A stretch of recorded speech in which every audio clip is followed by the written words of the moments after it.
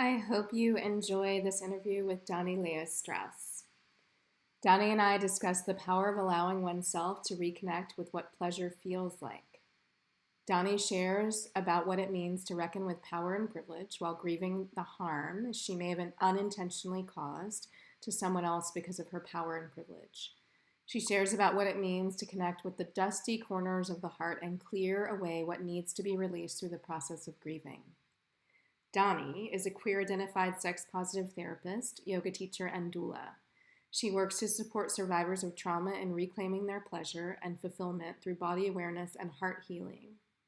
Dani's personal and professional work incorporates meditation, movement, yoga philosophy, holistic mental health, and spiritual inquiry. She uses elements of physical, spiritual, and emotional mindfulness to help people connect to the parts of themselves that haven't had room to thrive. Her work focuses on creating space for shame, grief, and hurt to move through us, on celebrating our deep resiliency and wisdom, and on cultivating connection as a tool for healing from oppression. I hope you enjoy this interview. Hi, Dani. Hi. It's good to see you. You. Yeah, thanks for saying yes to participating in this online summit focused on grief and liberation. Mm-hmm. And I'm just going to let the folks know that who are watching or listening, I am under the weather. So that's why I sound like this. And I have a cough drop in my mouth and I have tea, and Dani's here, and everything's going to be all right. So I just want to share a little bit about how we know each other. Mm-hmm. I don't remember when we met, because I think I met you before the like yoga moment when I met you that I'll never forget. I think I met you through Franklin Street Yoga and yoga teacher training and the yoga community. And then at some point we started hanging out. Yep. And yeah, having goddess circles and doing magic together and creating art together and talking about all the things. So we are dear friends, and I'm really grateful for your friendship. You too, my love. So I'd love it if you would be willing to lead us through a couple moments of centering and grounding. Yeah. Okay. Yeah. Oh my God. I need that. We need that. Yeah, I think it would feel good for us to just close our eyes and just honor the way that we're together, even though we're not physically together. Like, what parts of us feel connected to each other?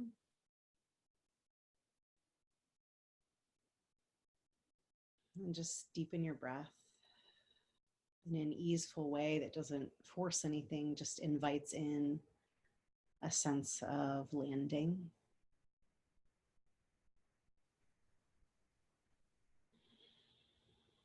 And notice if there's any little small adjustment that you can make to the body or to the breath that would help to bring you into deeper alignment here.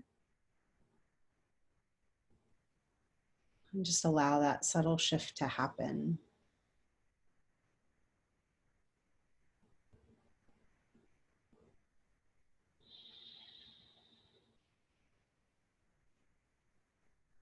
And notice what comes alive when we start to bring online this sense of intuition and knowing what feels like alignment, what feels like finding center.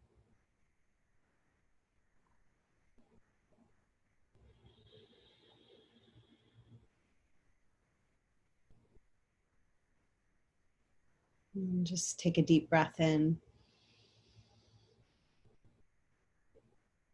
And an exhale of whatever tension you're holding out through the mouth.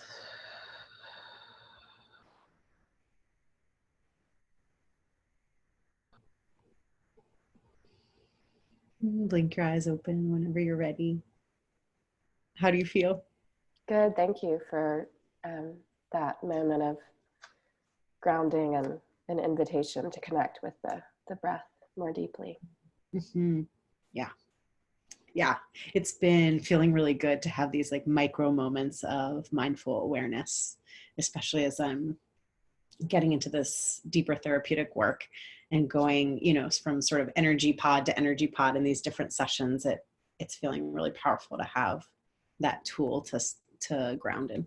Mm-hmm, mm-hmm. I would love for you to share some about the work you do in the world. You just mentioned a little bit about it, to share more fully about what you do in the world. Yeah. Oh my God. It's like, what am I doing in the world? It feels like it's unfolding a lot right now, which is so miraculous. And I think that's coming from allowing grief to move through me so that there's actually room for me to be doing something new now, you know? I'm offering intimacy and embodiment therapy, which looks different for every single person, including myself. I'm sort of like giving it to myself too. And I think it's like, it's a process of talking and connecting and rooting into what it's like to be in relationship and be seen, and what that brings us for us, like the old threads of not being sure that we're really worth being seen, not being sure what people will see when they look at us. And so spending time sitting with folks, moving with folks, singing with folks, breathing with folks, and giving them enough room to actually hold their reactions to being fully seen, like to encountering an attuned other. So I feel like the way that I'm conceptualizing my role right now is it's just presence. You know, there's like all these modalities in social work and psychology, and as a newer clinician, they feel really overwhelming. And I keep just rooting back into this idea that like no CBT worksheet is going to help someone feel seen. You know, yes, it's going to give them tools, and that's so important for this like poor mind that works so hard. But I feel like transformation comes from the bottom up. It comes from the body. It comes from us feeling grounded enough to know I can be sure of myself. And in being sure of myself, I can connect to another person from a place of self-knowing, you know? And so it's almost like the doula work that I do in births, right? Which is to help someone bring a new being into the world and also simultaneously birth themselves as a new person who is then a parent, who is then someone who is attuning and responsible for the secure attachment of another, right? And in therapy, it feels very much the same. Like I'm doing what I can to create a container for people to really like birth a new version of themselves that is a little bit less encumbered with the grief of not being seen for so long, you know. Mm-hmm, mm-hmm. Work makes space for people to connect intimately through sex, through conversation, through embodiment and yoga practices. Like it's amazing how just that attunement together is births a whole new world of possibility in terms of connection and joy and pleasure. Mm-hmm. Yeah. And it's still evolving, you know, because everyone needs something different. And for some folks, it's really about finding the voice and being able to express what's been held for so long. And for some folks, it's trusting that they don't have to tell their whole story in order to be held. You know, sometimes when we're recovering from trauma, it feels like if I don't tell you every single detail about what happened to me, you won't be able to hold my experience, you know? And so it's giving people the felt sense of, you don't have to tell every detail in order for me to be able to be present with you and to deeply appreciate who you are. Mm-hmm. Presence, it's powerful work and a powerful practice, actually. And you mentioned grief in your own experience, and grief came to mind when you mentioned your doula work and even, you know, therapeutic work too. Because people are shedding layers of who they are, right? They're becoming. And I'm curious about why you feel like it's important to center work or practice conversation right now around grief and its connection to liberation.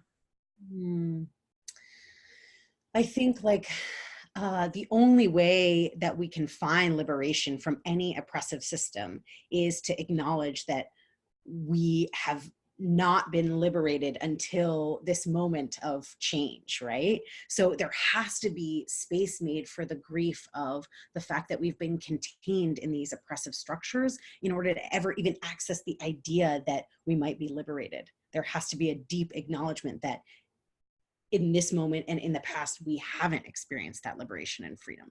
We've experienced containment. We've experienced confinement. And I think like the political and cultural and social moment that we're in and the energetic moment of the earth is such that like things are feeling really tight and compressed, right? And I think this moment with the, I was going to say leadership, with like the lack of leadership in the government that we have, right? With the lack of a felt sense of security or respect for humans, right? It is so vital that we create space for people to grieve all of the ways that they've had to armor and shield themselves. Mm-hmm. And I think that even just in creating a container for people to acknowledge and process and mourn all the ways that they could have been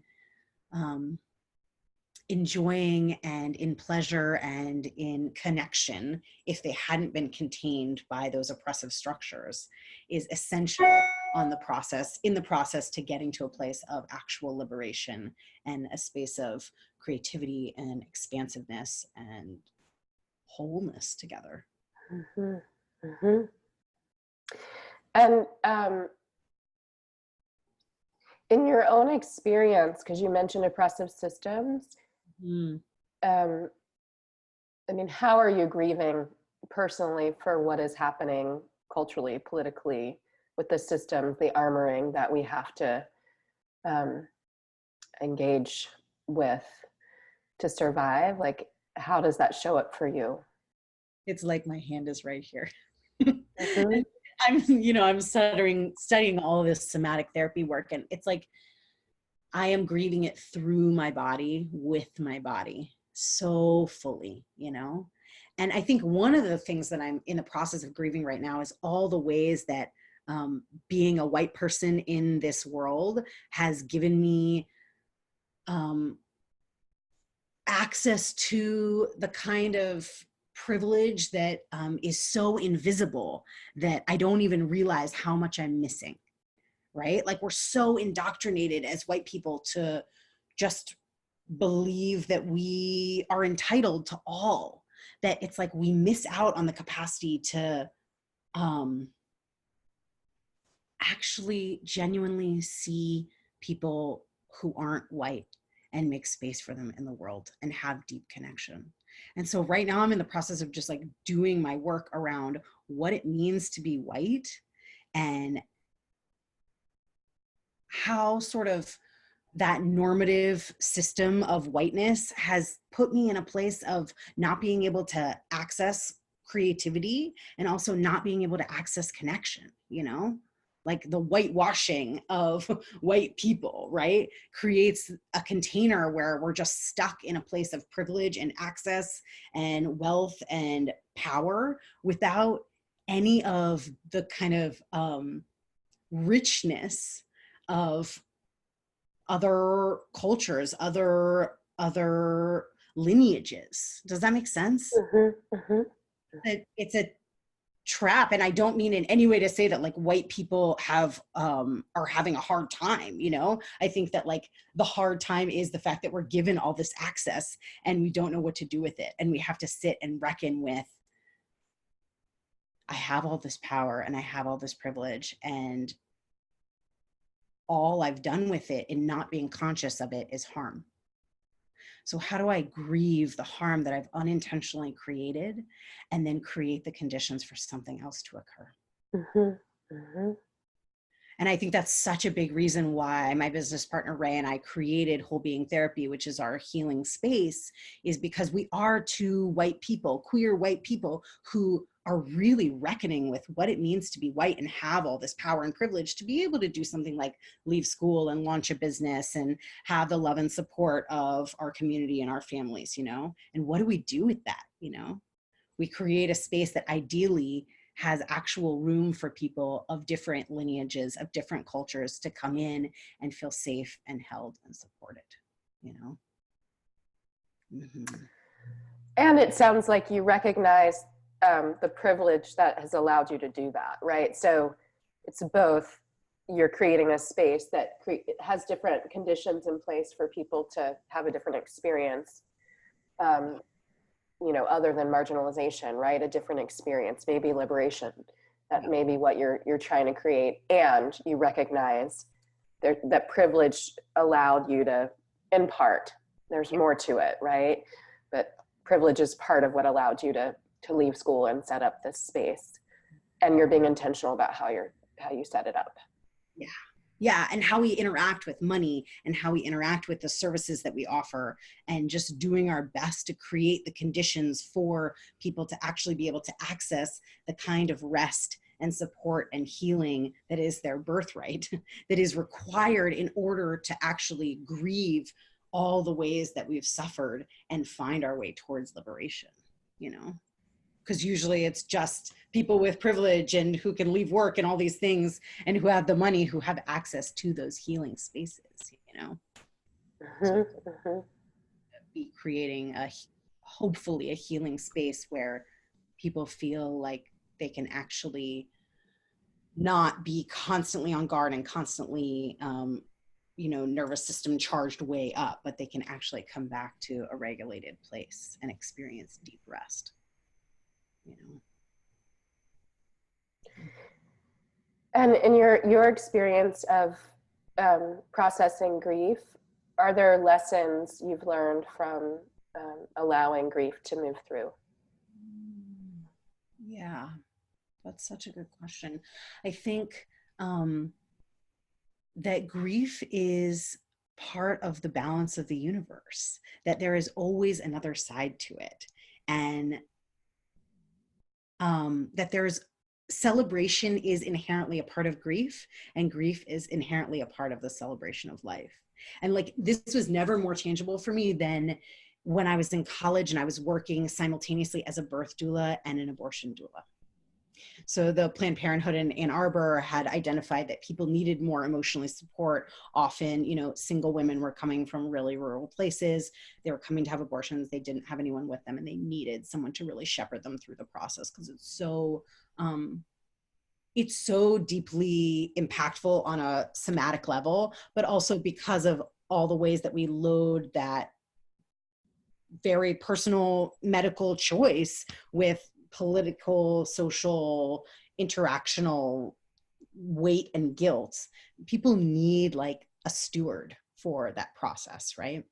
And so it was so interesting to see how in birth doulaing, there was actually a ton of grief that came up for folks around the ancestral trauma of contributing to the ancestry line and reckoning with what had come before them. And is that what I'm giving to this new being in the world? Or am I pausing a line of addiction or a line of hurt or a line of codependence and trying to create the conditions for something new to happen here and from now on, right? And so there's this like deep reckoning with the old roots of who you are and what it is that you want to offer to this new being in the world, and also what is it that you want to protect and boundary them from.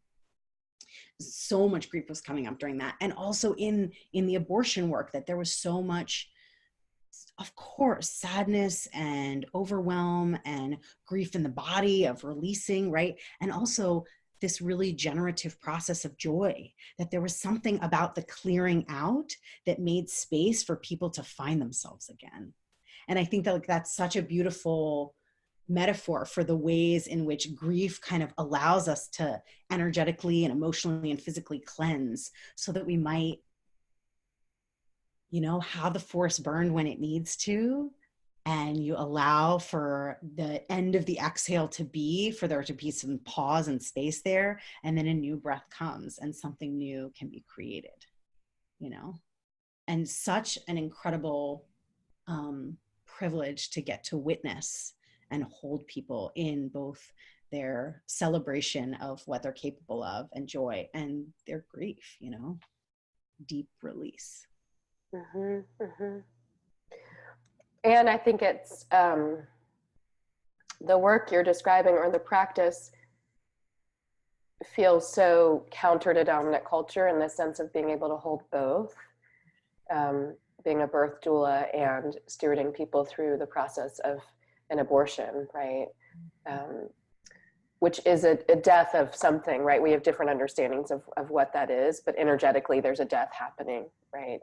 Even if we're not necessarily thinking about a life dying, still people are like recreating who they are through birth and through the process of letting go.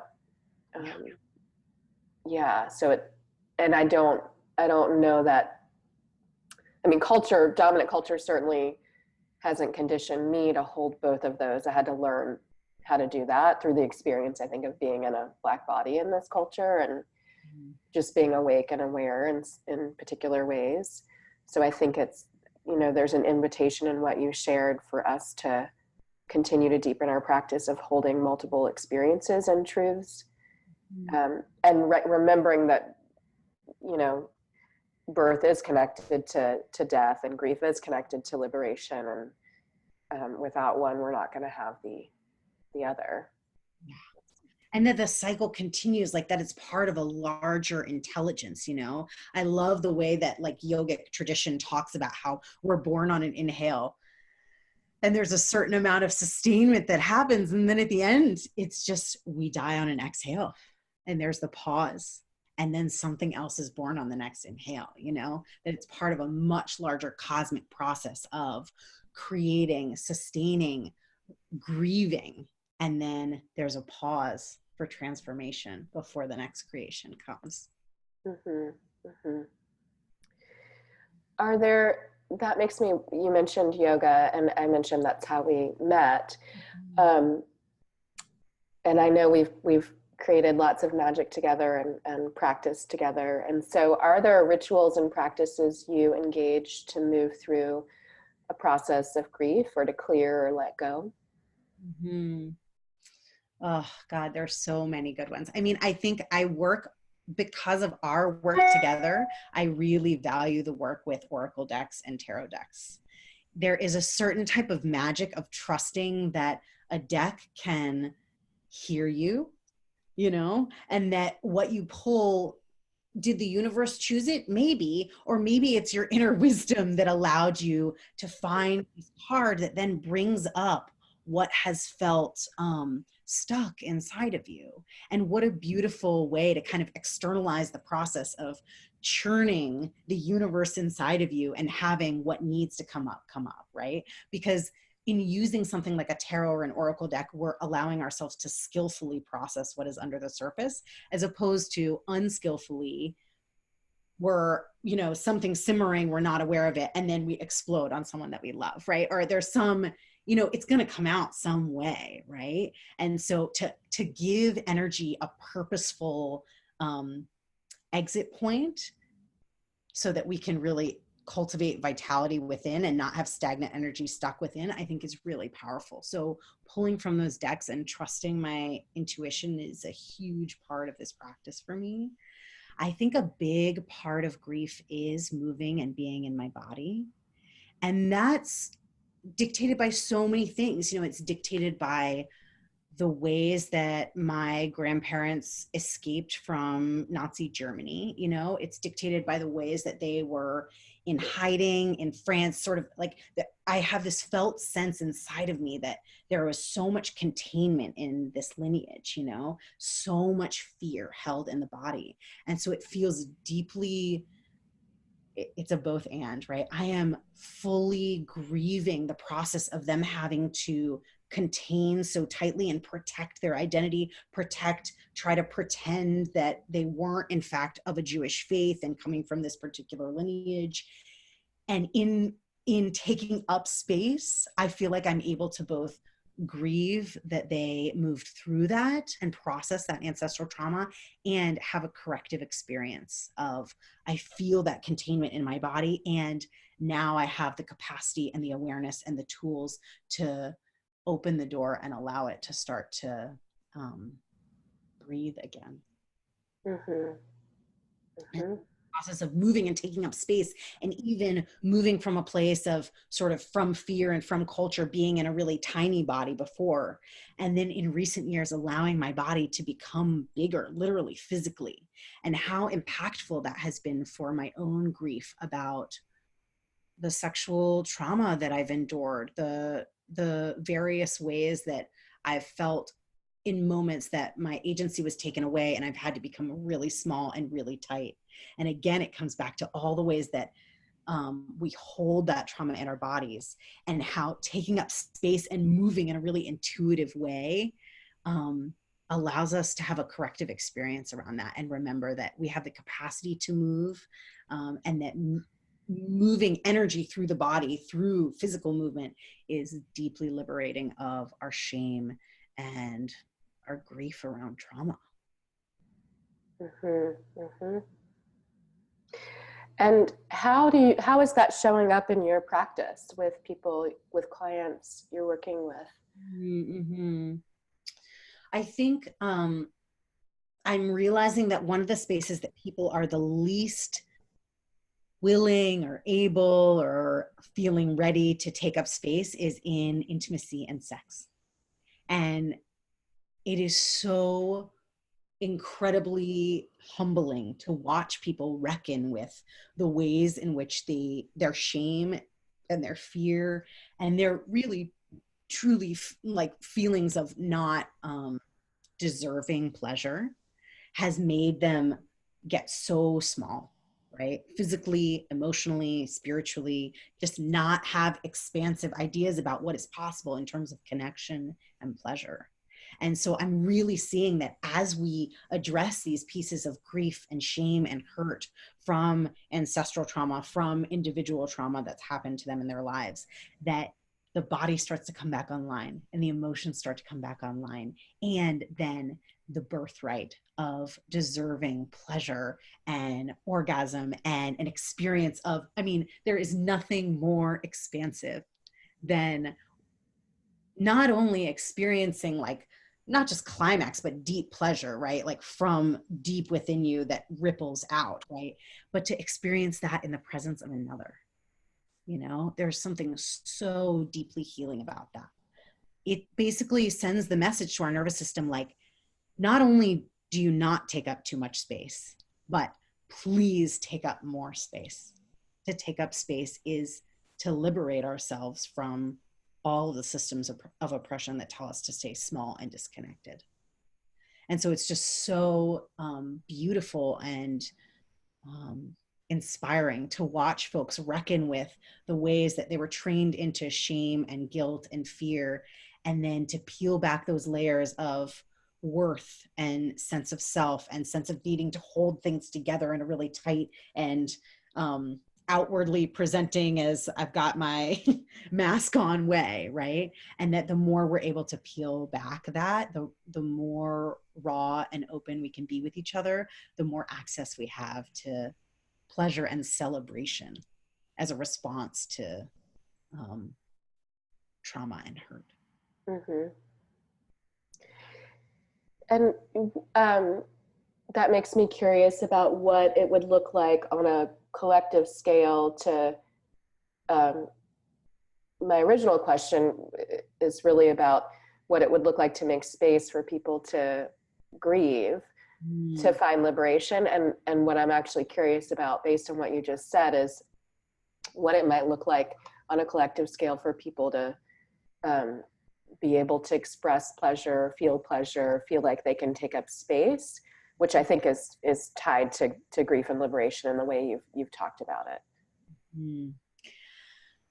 I think for me, it feels like the first step is just helping people to find the energy inside and the steadiness to speak truth about their needs, right? I mean, so much of pleasure, it's so weird. It's like we hand our capacity to experience pleasure to our partner so often.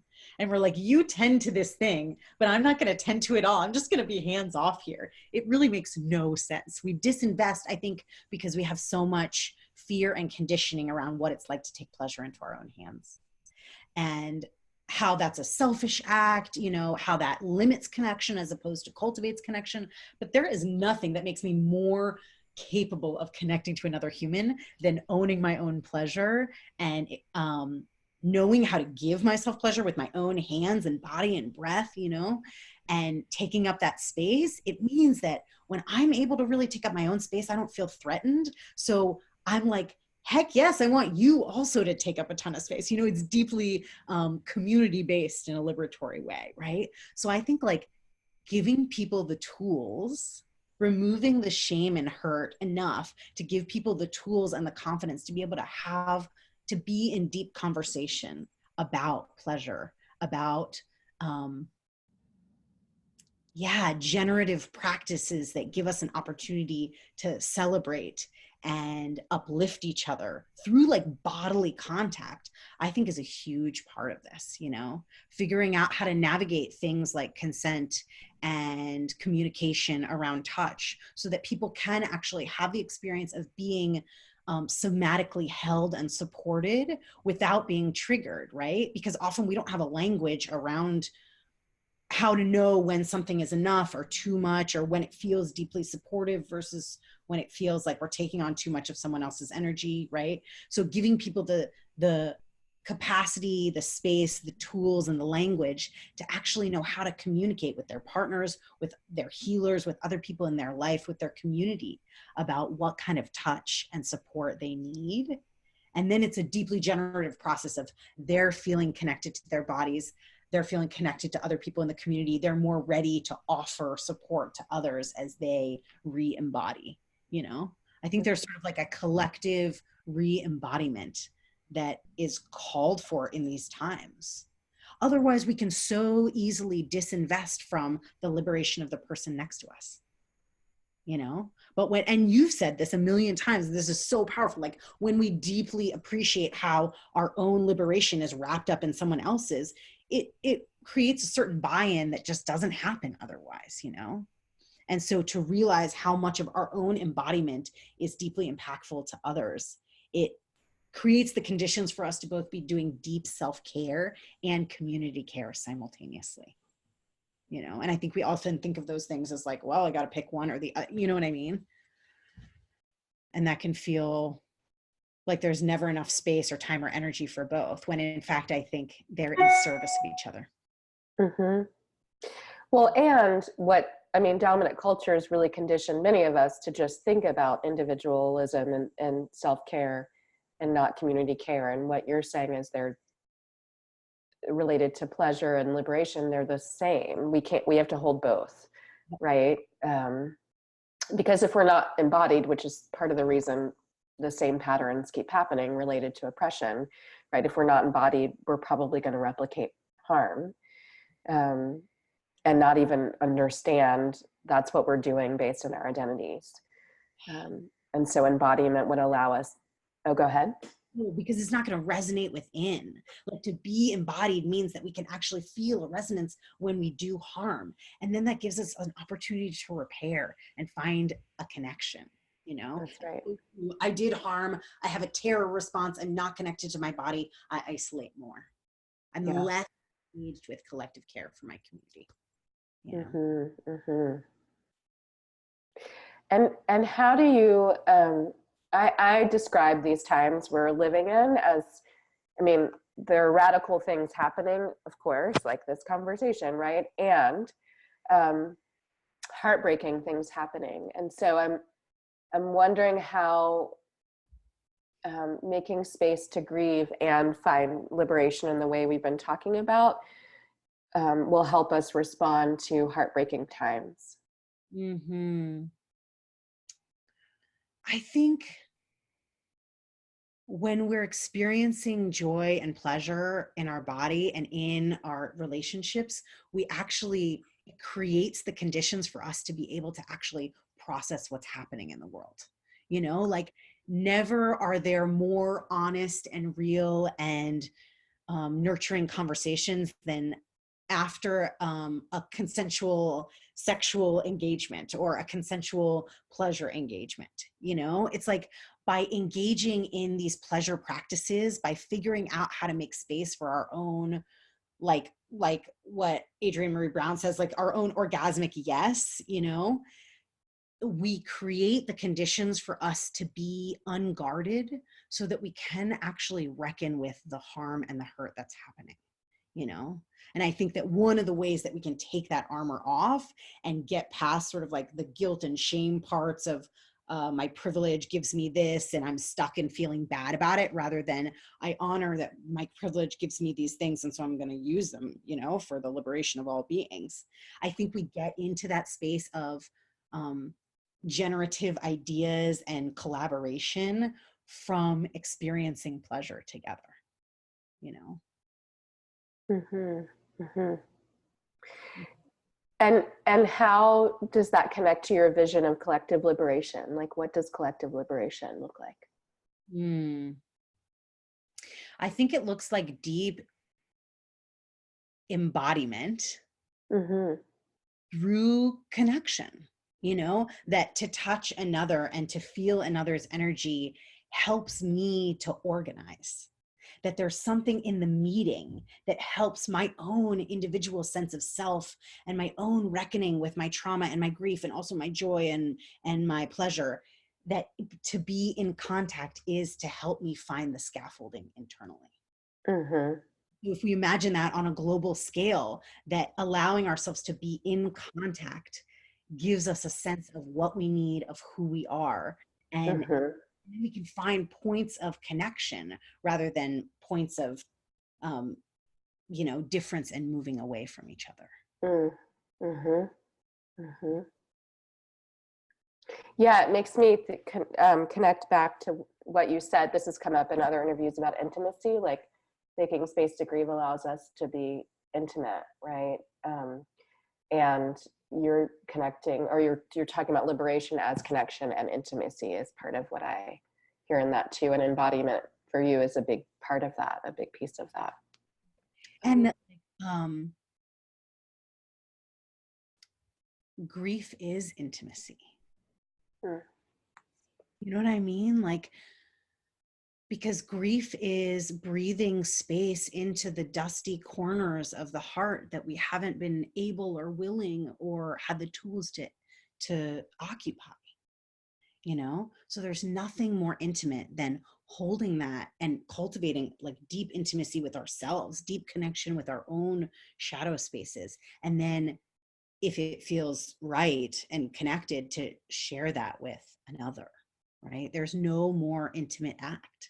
I mean, we can get physically naked together, right? But like to share the corners of our deepest spaces that feel like they've been wrapped from shame and fear is the most intimate act I can think of, And there's something deeply liberatory in grieving together, that to hold each other in that physically and emotionally